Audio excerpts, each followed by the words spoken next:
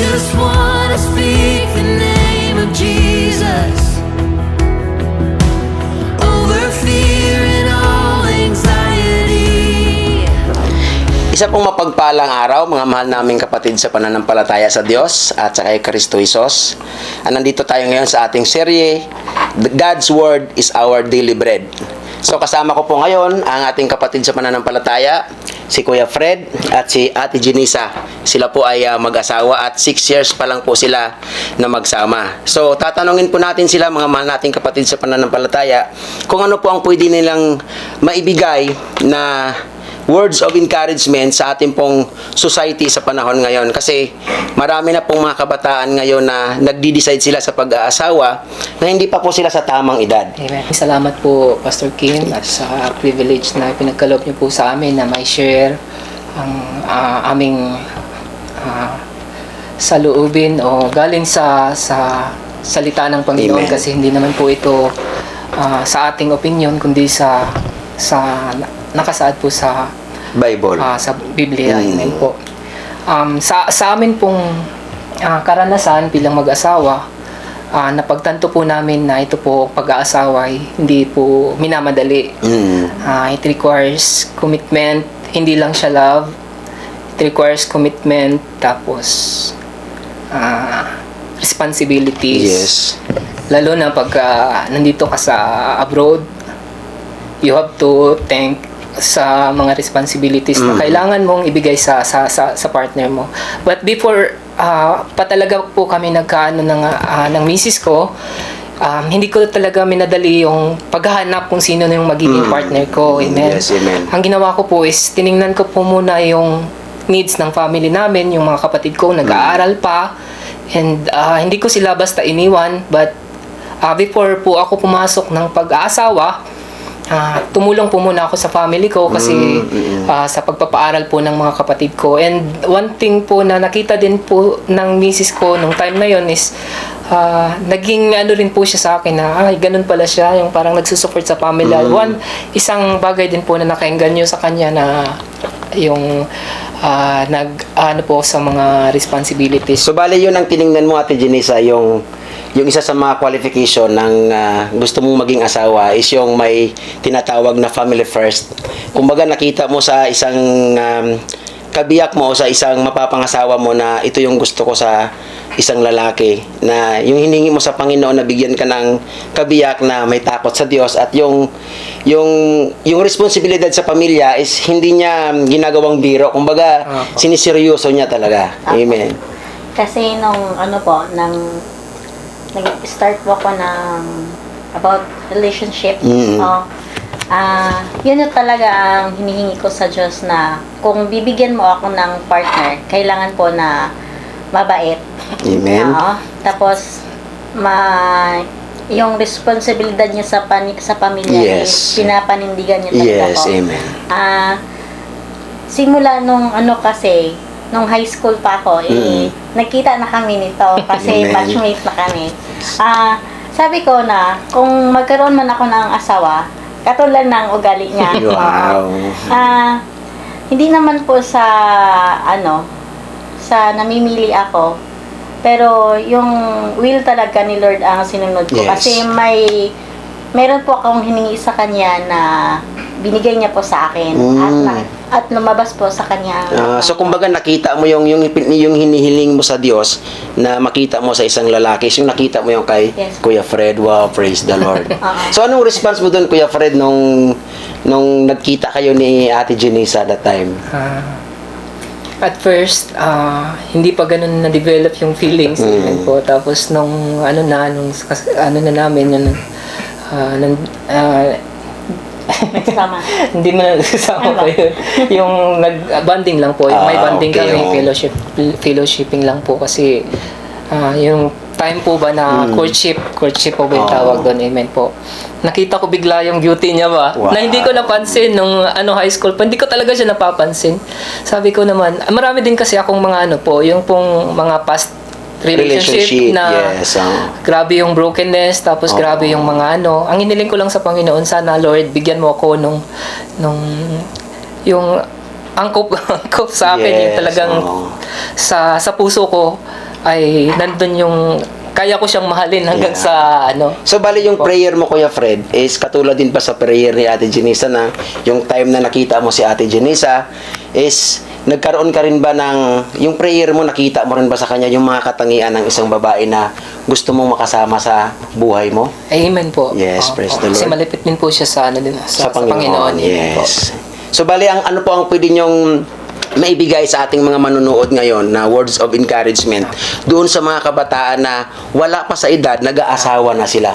Okay. Ano po ba ang pwede nyong mai-advise sa kanila na mga katangian ng isang babae, katangian ng isang lalaki bago sila mag-commit sa o papasok sa isang relationship?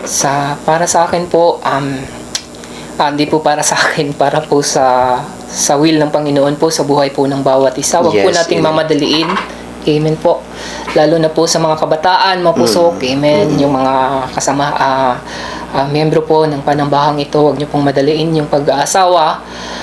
Yes. Kasi pag minadali niyo po, hindi kayo prepared sa mga responsibilities, sa financial, sa spiritual na bagay, ano po, madaling masisira o madali kayong hindi mabubuo. Hindi, what I mean, parang mahina yung magiging foundation ng family nyo pagka hindi po kayo well prepared. Amen. Sa Bible po kasi, kailangan na ang foundation po natin sa family ay ito talagang word ng Panginoon. Yes, Doon po tayo amen. tumitibay. Amen po. Mayroon pong mga iba na tinatanong sila, nagiging solusyon yung magiging annulment, ano po, yung divorce, which is not the will of God. Ang mali lang doon is unprepared talaga sila sa commitment Yes, amen. ng pagiging mag-asawa. It's not about yung abuses na nandun sa family, tapos ang nagiging result nun is gagawa na tayo ng sarili nating pamamaraan, like yung sa annulment Yes. or divorce. Hindi po yun kalooban ng Panginoon Yes. sa ating buhay. Amen po. I agree with that. Yun po yung family na husband and wife na not prepared for the commitment. So alam nyo, pag pinasok nyo po yung pag-aasawa, no, lalo na sa mga kabataan, no po, gusto Amen. ko pong maano po tayo doon, ma-enlighten tayo na kapag pumasok po tayo sa pag-aasawa, alamin po natin lahat ng responsibilities, yung commitment natin Yes. sa partner natin, yung mga yung salita ng Panginoon na kailangan yun yung maging basihan natin sa pagiging buhay Yes. mag-asawa. Amen. Po. Para maging matibay siya at the same time masunod po natin yung kalooban ng Panginoon. Hindi po yung against tayo doon sa will ng Panginoon sa ating buhay. Kasi pag hindi tayo naka-base dito sa knowledge lang natin, sa wisdom natin, or sa kung anong gusto natin, parang kalaban natin, mahihirapan tayong ma-achieve kung ano yung will ng Panginoon sa ating buhay. Kasi nga po hindi tayo nag-base dito, at saka nagiging rebellious po tayo sa Panginoon kasi nga po hindi tayo naka-base dito sa ating Yes. Panginoon, kaya tayo nahihirapan. Amen po. Amen. How about you, Ate Jenisa? Ano po pwede mong may advice sa ating pong mga kabataan ngayon, sa mga kababaihan, na ano po ang mga katangian ng isang lalaki, o ano po dapat ang mga karakter ng isang lalaki na pwede nilang hilingin sa Diyos bago sila papasok sa isang relationship? Para po sa akin, sa younger generation po, ngayon, ang may payo ko lang bilang babae, huwag nilang madaliin po ang pag-aasawa. Yes. Siguro po, unahin muna yung pag-aaral. Amen. Ang pag-ibig naman darating din yan sa tamang Yes. oras po, kapag will na ni Amen. Lord. Lalo na po kung nakatapos ka na, nakapagtrabaho.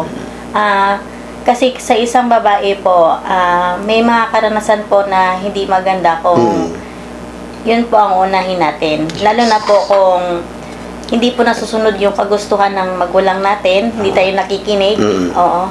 Kasi sa isang magulang naman, ang gusto lang naman nila mapabuti yung buhay ng isang anak nila na babae. Oo. Siguro kung makatapos ka man at makahanap ka ng minamahal mo, hilingin mo sa Diyos na sana bigyan ka ng lalaking tama sa'yo. Amen.